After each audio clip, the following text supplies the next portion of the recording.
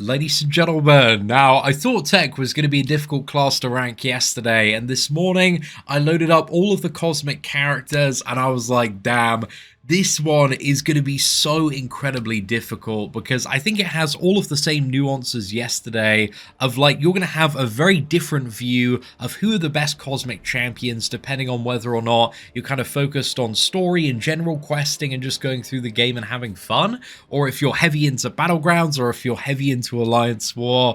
There are just so many different ways that you can look at the various value of characters here, and I wanted to give my best effort to kind of portray a big overview, but I imagine this one is going to be very hotly debated. I know a lot of people have very personal favorites, especially a lot of characters in the S tier as well. Many people absolutely love, but yeah, this is a really difficult one here, but I've tried my best with this one. But if you do think any ranking is really off base, like 2-tier difference, please do let me know in the comments section below. So anyway, let's start off by talking about who I think are some of the top shelf cosmic characters. So we got Carolina Dean. Carolina Dean is my go-to cosmic questing champion when I just need a lot of versatility, where I just need a character that can deal with so many different matches, defenders, awkward nodes. She is just absolutely incredible for battlegrounds as well. She's almost like a must pick whenever she comes up because she can just deal with like so many annoying meta defenders in battlegrounds as well. And I've heard for certain paths in war she's also doing pretty well. But Carolina Dean overall, man, one of my favorites. Absolutely love her. Incredible cosmic character. And then we got Deathless Thanos. Deathless Thanos is one of the most incredible battlegrounds dual threats. Still kind of an amazing damage character, can really ramp up quite significantly, not only in battlegrounds but beyond that as well. He just hits like an absolute truck once you get going, once you get those Furies, the armor shatter. I'm kind of interested to see for something like Colosseum, because he does have a bit more damage ramp up that way, if he's going to be like a really fun and viable character for that mode of gameplay.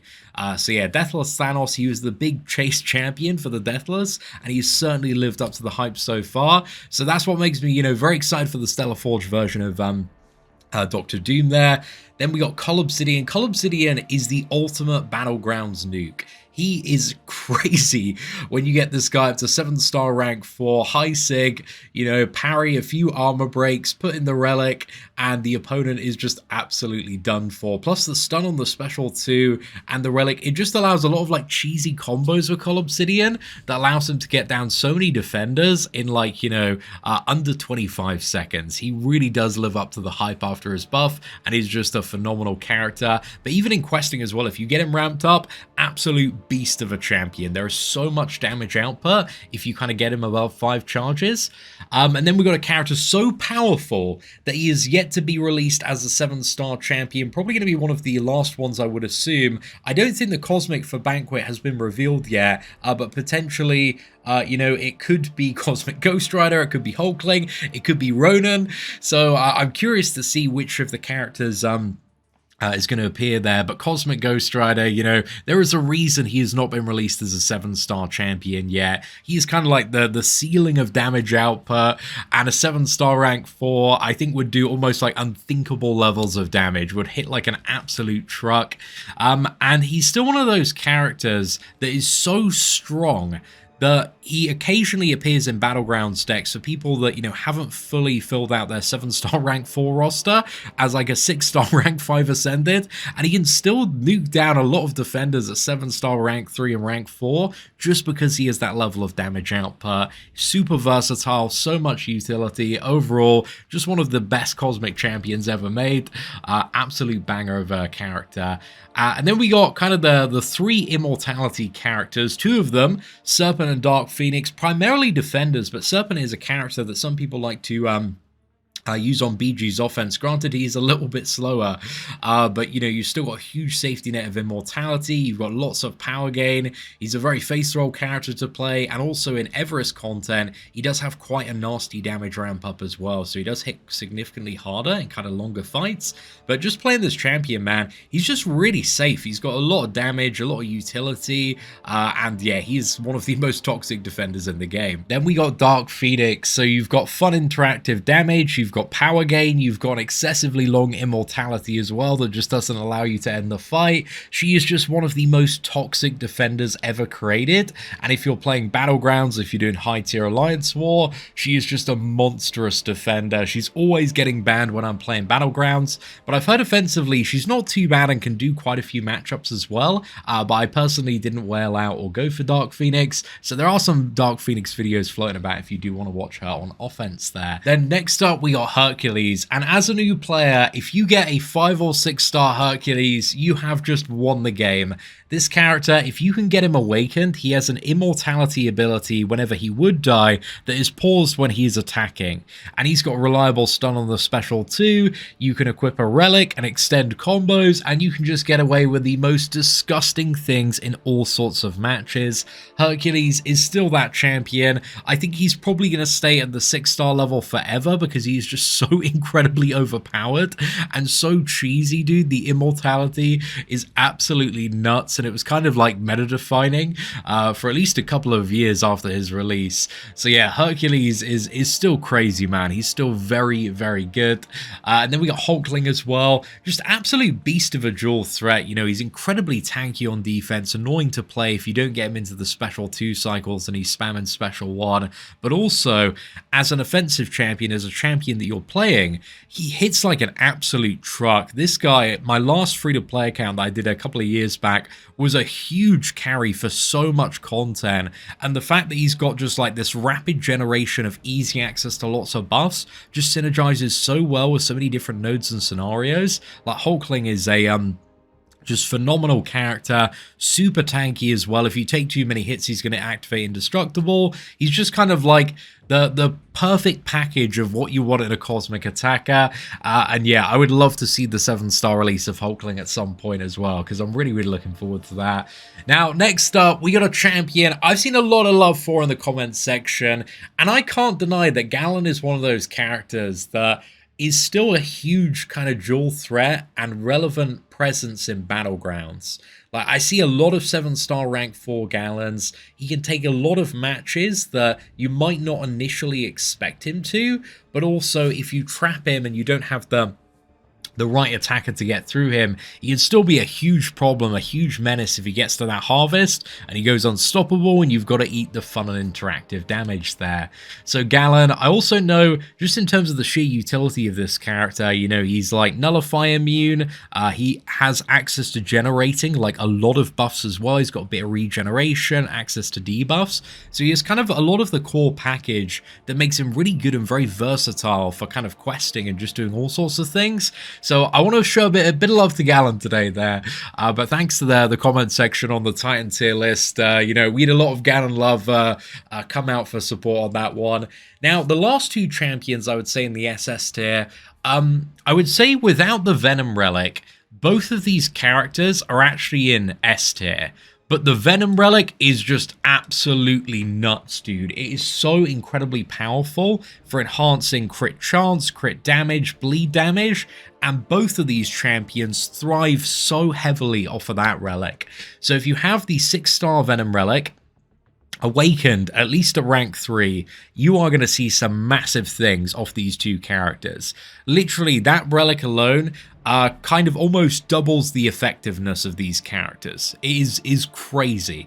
And at 6 star rank 4, there is such a huge benefit from that relic being at 6 star rank 4, but we're also going to see, I assume eventually, the 6 star rank 5 materials for the relic as well, which again, the synergy with these 2 characters in particular, off the charts, mate. That relic is something else, and I love my 7 star rank 4 Venom with my 6 star rank 4 Venom relic.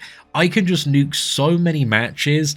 Galens, Enchantress as well. I can do Enchantress if I get lucky with the RNG in under 20 seconds, which is so ridiculous for a cosmic character. So I love bringing Venom into Battlegrounds as kind of like this stealth nuke that a lot of people underestimate. And yeah, I've got a new love for Venom in the last couple of months, and I really do believe he's up there. If I've got a quest where I know, like, I don't really need a lot of utility, and I just want to go in and I want to kill stuff very, very fast, I am putting Venom on the team, and I'm putting Scorpion on the team, and I'm just killing everything in like 15 seconds, dude. And it feels absolutely incredible. So yeah, I cannot overstate how enjoyable Venom is to play. And also Scream. Scream gets a lot of love. I kind of feel like, because again, you only have one 6-star Venom relic, you got to make the choice, like, do you enjoy Scream or Venom a little bit more? Who do you want in your BG's deck? Who do you want to play with? So I personally went for Venom, but Scream is incredible. I know Metal Sonic Dude has done a few showcases on Scream as well, and if you do love both of the characters, you know you can take them both up and just switch who you're using the relic for. But yeah, they both gain a lot of benefit from the Venom relic, you know, that is really to be stated clearly. But even Unawakened, they're still, or even without the relic, they're still both really, really good characters to pull. And I would say they still belong, at least in the S tier, even without the relic. But yeah, just the existence of the relic and it just being something that is always accessible to characters currently just makes them top tier. At least in my opinion and experience so far. Now, next up, we got the S tier champions, and there is no shortage of bangers here. Hyperion, you got Power Gain. Power Gain is like the strongest utility in the entire game.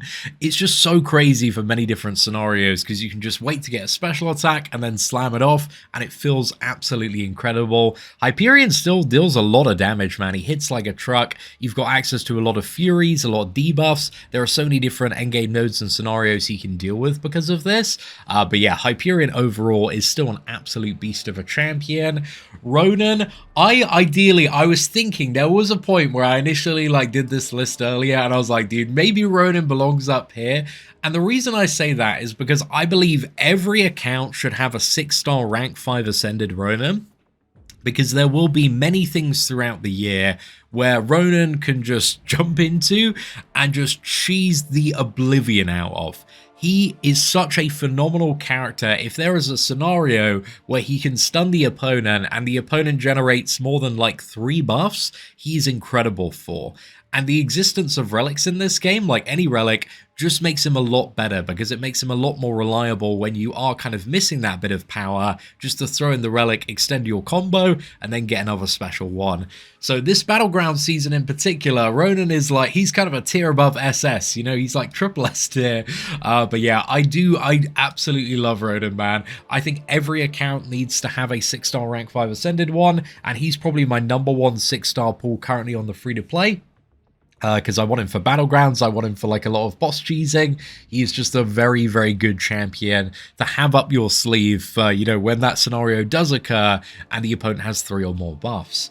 Now, next up we got Angela. Angela is just a phenomenal character. She got done a lot of justice on the buff.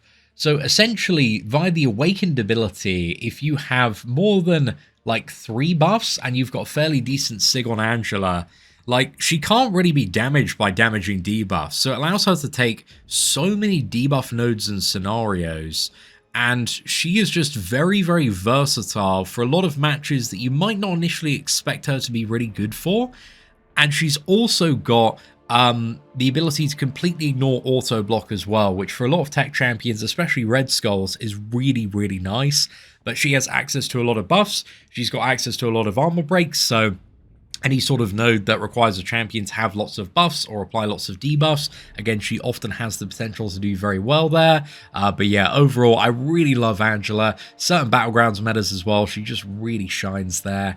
Now, next up, we got Venom the Dark. Venom the Dark has the caveat of his placing here is to do with the relic, dude. The relic is so incredibly good. To be able to reactivate his buffs without throwing a special attack is absolutely game-changing. Without the relic, he's probably like A or B, but with the relic, dude, he's kind of like toward the top of S tier.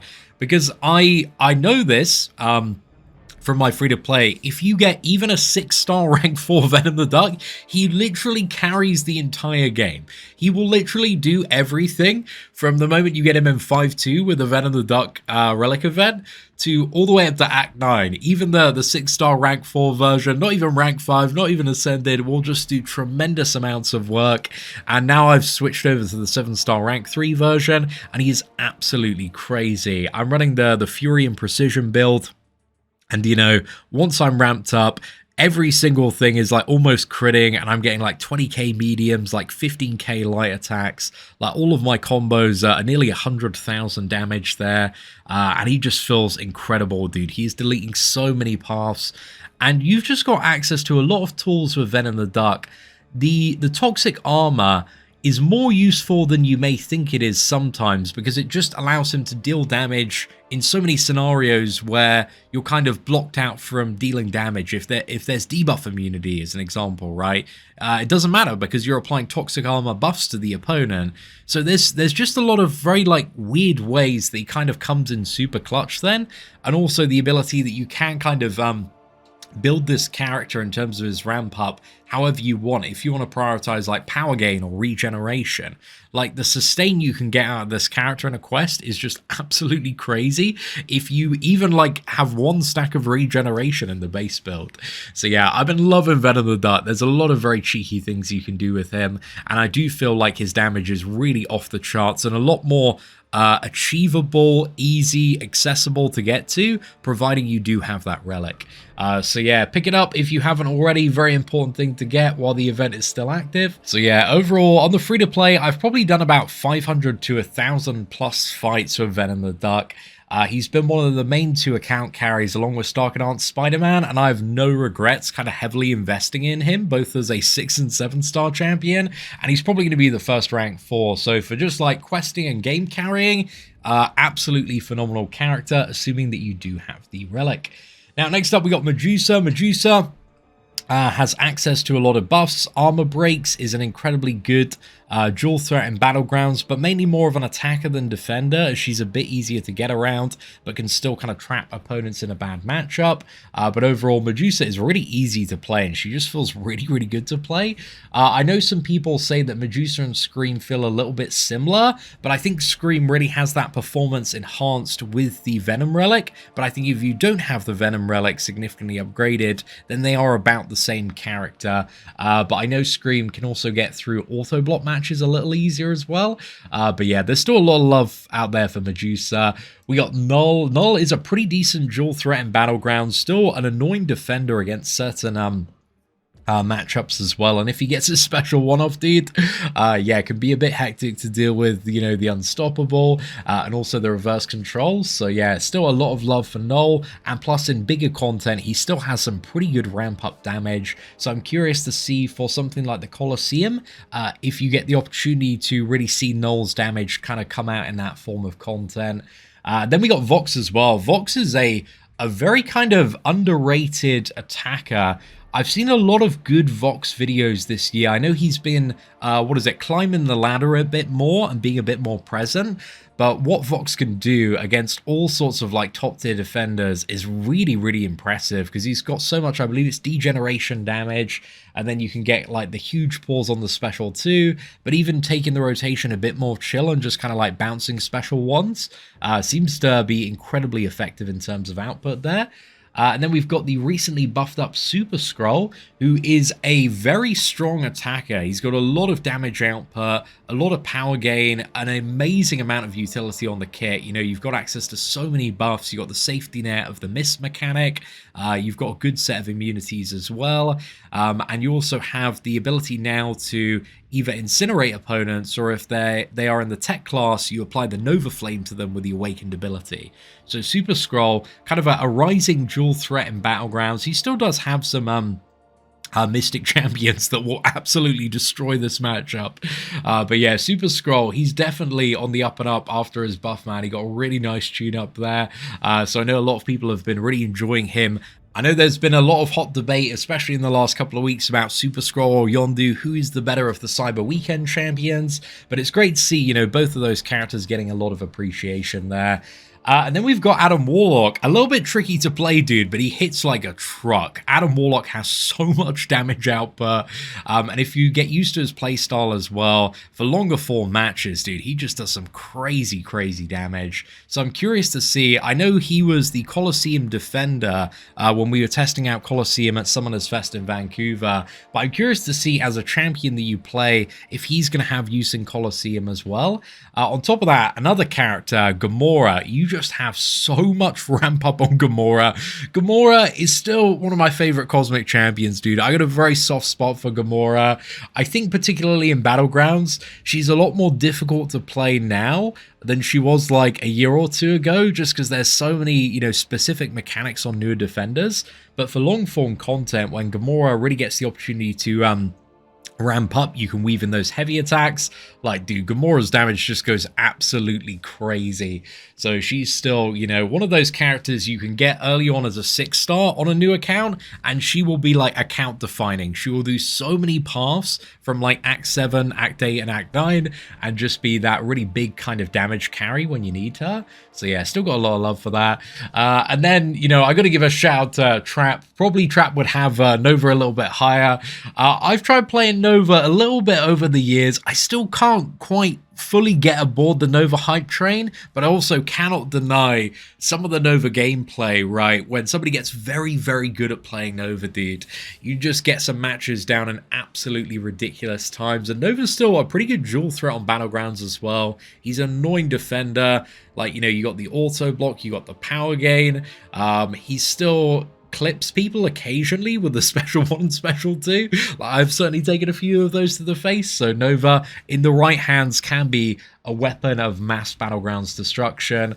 And then next up we got Gladiator. Gladiator is a character you got to get very used to his playstyle. He's got a very different playstyle because you're looking to ramp him up, and then you want to spam attacks while your opponent is attacking with their special attack to deal his big burst of damage. But when you do that, Gladiator has some absolutely astronomical damage output and can get matches done very, very quickly. But yeah, if you are a big Gladiator fan, he does a lot of work there. Superior Iron Man. I've seen kind of this growing crowd of people this year that just really love the Superior Iron Man buff, and I've tested him out a few times. I haven't done a proper deep dive on the character yet, but whenever I have, I've been quite pleasantly surprised by just kind of the range of buffs and utility that he does have, especially the regeneration as well. It just feels like kind of really cozy to play him, man. He's like a very, very chill champion, seems to do a lot of matches because of access to, I believe it's both the regeneration and the power gain as well. So he's a character I'm going to show a bit of respect for on this tier list, but also I do need to revisit myself at some point as well.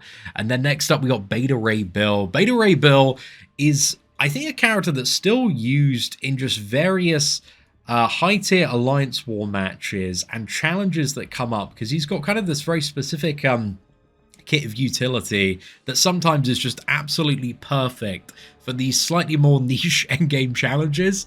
So yeah, Beta Ray Bill, I remember when that Heimdall boss came out in, I believe it was like Eternity of Pain, and he was just absolutely goated for. He can just do so many different matches as well. I've seen a few people really love this character in Battlegrounds. I think B McG is like a big Beta Ray Bill player, but he's definitely a champion that's like a little bit outside of my comfortable knowledge base as well. So yeah, I need to do a revisit at some point, dude, because I haven't, you know, fully seen and experienced him at 7-star rank 4, and I want to see what he is truly capable of there. But I remember testing him, I think it was like 7-star rank 1 or rank 2, and I was quite impressed with his damage output and burst. He does some really good stuff. And then I also wanted to show appreciation, because this is an overall tier list, a Cap Marvel movie. I think if you were looking at something like Battlegrounds or maybe a more niche scenario, Cap Marvel movie is maybe a little bit lower. But overall, you know, Cap Marvel movie is still one of those characters that you can get as one of your first 6-star champions. And even by herself will carry you to a very, very high level in this game. But if you have the Nick Fury, it just makes that carry very easy as well. So they're both brilliant champions to have on the team. If you get her awakened, you know, invulnerability is just incredibly powerful for so many nodes and scenarios. So yeah, I still think she's like, what is it? Overshadowed, generally speaking, by Hercules, but still on her own, like a really, really powerful champion. She's got a lot of damage output, and her invulnerability is just pretty damn massive. Then next up, we got Odin, and Odin's just a bit of a powerhouse. He was one of the first 7-star champions to get a lot of Necropolis solos, because on his special 1, he has very easy access to a True Strike buff, which allows him to ignore evade, auto block, and also opponent's armor, which is pretty ridiculous. That really strips away a lot of opponents of their their defensive potential, and then just allows you to kind of whale in with Odin and have a really good time, because you can kind of pause those buffs and just maintain that state if you're playing very well. And on top of that, he's got access again to a lot of buffs and a big nuke on the special too as well. So Odin is a character that gains a lot of love. Again, I'm a little bit less familiar with playing Odin recently myself, but still there are some players out there that love using Odin for Battlegrounds as well. Not the absolute best option depending on kind of the defender and meta, but still apparently works really well and, you know, catches a lot of people off guard occasionally. So yeah, still some love out there for Odin. Then we also have Cersei and Maestro, mainly more defender-oriented cosmics, but yeah, both of these characters, if you catch somebody out in a bad matchup with Cersei or Maestro, dude, they are going to have a very, very bad time. Cersei is still, like, one of the tankiest defenders, dude, having the glancing, the regeneration. She's an absolute nightmare to fight sometimes if you don't have like the right champion, the right counter, and a way to get her down. And yeah, Maestro with like the glancing and also his fun and interactive damage state. If you just cannot burst him down quickly enough, you're gonna have a really bad time once he gets to the passives and overloads. So yeah, Maestro is still a bit of a threat on Battlegrounds defense, but not as, you know, reliable as some of the toxic 5 out of 5 defenders on the top row. And then a little bit lower down, you know, the kind of like A to B tier, I think there's still like a lot of really good champions to play in some scenarios, especially like Carnage and Hela. You know, if you got full team synergy, if you got fairly vanilla matchup, if you can kind of do what you want to do, both of these characters are ridiculous. I know Biro Man has some of the best Hela videos out there. Allison Edits has some of the best Carnage videos out there. So yeah, there's a lot of good things if you want to look into those characters and what they can do in the right scenario. Gore is still not a terrible dual threat in Battlegrounds. He's just a little bit overshadowed by other things. Feels crazy kind of putting Corvus Glaive down here, but yeah, Corvus, when he can get his charges, dude, he cooks. But in a lot of other scenarios, there are just very, very powerful cosmics that don't rely on a bit more of a niche ramp-up criteria nowadays.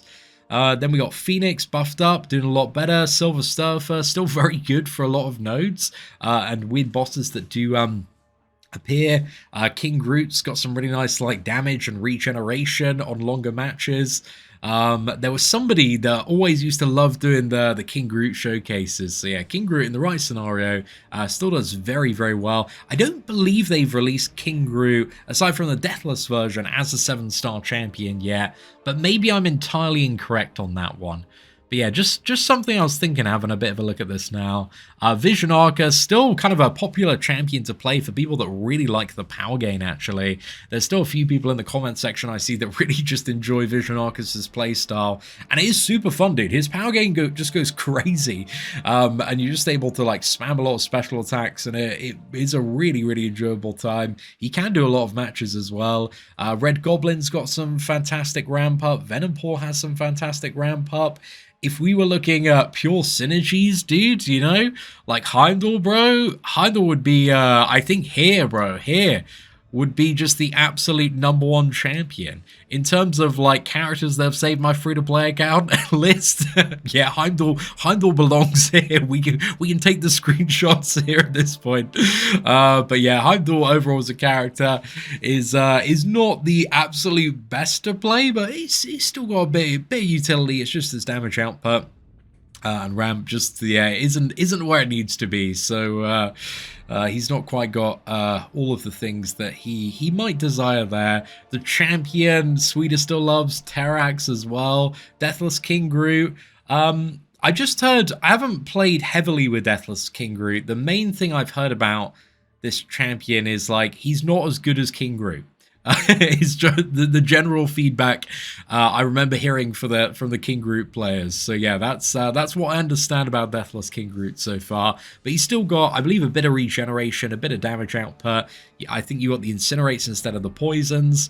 It was just in Necropolis, it was always just like, okay, I'm going to play Thanos and I'm going to play She-Hulk, and those are by far the best 2 characters for that specific run. Proxima's still got the big nuke. Kamala Khan is still a little bit of a meme, but you know, she can deal some damage in the right scenarios and also remove buffs as well, if I remember. So yeah, Kamala Khan did some weird things back in the day, dude. The sweeter Kamala Khan series pre-2020 was pretty generational. And then yeah, there's just a lot of characters really down below. I think if we, you know, skip ahead to the F tier, you've got like your Groot, your Miss Marvel, your old Cat Marvel, your Drax. Those are probably some of the most diabolical cosmics that have very, very few uses in the game other than memeing about having a good time. But yeah, it is what it is. And aside from that, a lot of C's kind of like, oh, okay, well, they might have some scenario where they're all right because of this synergy or this thing, or yeah, there's a few synergies that can bring up like Thanos and Black Bolt and Thor, and Airwalker if you can ramp up as well is a little better, but yeah, still difficult scenarios to achieve there. But yeah, ladies and gentlemen, that is it for the Cosmic tier list. Let me know what you like, what you don't like on this list in the comment section below. And we are 2 out of 6 down. You know, we got 4 more to go. I'm looking forward to it. And if you're enjoying this series, please do support it by smashing that like button. That'd be greatly appreciated. Thank you all very much for watching. Take care, and I hope that you have an absolutely fantastic day.